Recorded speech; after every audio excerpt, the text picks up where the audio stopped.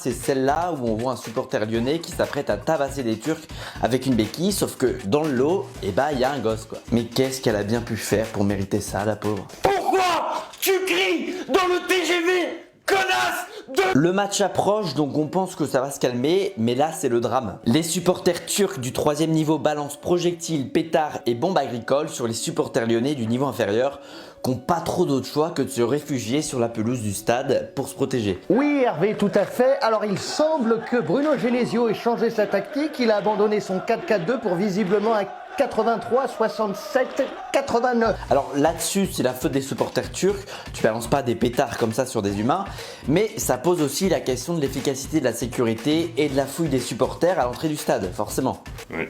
Hop. Ok. C'est quoi le problème? Rien à déclarer? Non. Petite palpation, fouille, ok. En règle. Salut, bonne soirée. Bon courage, merci hein. Eh bien, il y a du monde ce soir. Salut. Hop là, bon pouvoir. Bon bref, parlons foot un petit peu, avec un match qui commence avec 45 minutes de retard et qui va prolonger la soirée cauchemardesque des Lyonnais qui sont dominés et qui encaissent le premier but de la rencontre dès la 15e minute. Il y a du mieux en seconde période, mais il faut attendre la 83e minute pour enfin voir Tolisso égaliser. Et une minute plus tard seulement, après un pressing de bâtard, Morel chope la balle au gardien Stambouliote et marque le but de la victoire. Bon, 2-1 c'est très bien vu le scénario du match. Maintenant place au match retour à Istanbul une semaine plus tard où les supporters lyonnais eux sont interdits de déplacement.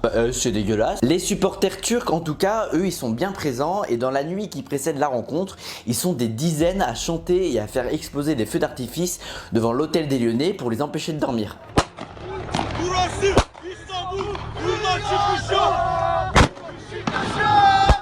Bon, a priori, ça n'a pas beaucoup d'impact parce que le match retour, il est super. Vraiment, en termes d'intensité, de tension et de stress, on dépasse largement un épisode de Walking Dead. En même temps, bon, vu les dernières saisons de Walking Dead, c'est pas trop compliqué. Non, ça c'est... Non, ça c'est pas Google Maps sinon? Ah, fais gaffe, un zombie, pardon. Ouais, ça. Non, je pense qu'il faut qu'on aille à gauche. Mais à gauche, c'est pas là. Hein. Gros match de la part des deux équipes avec beaucoup d'occasions, des poteaux, la barre de la casette à la 90e minute, les deux gardiens en feu et à la fin du temps réglementaire, c'est Beşiktaş qui mène 2-1.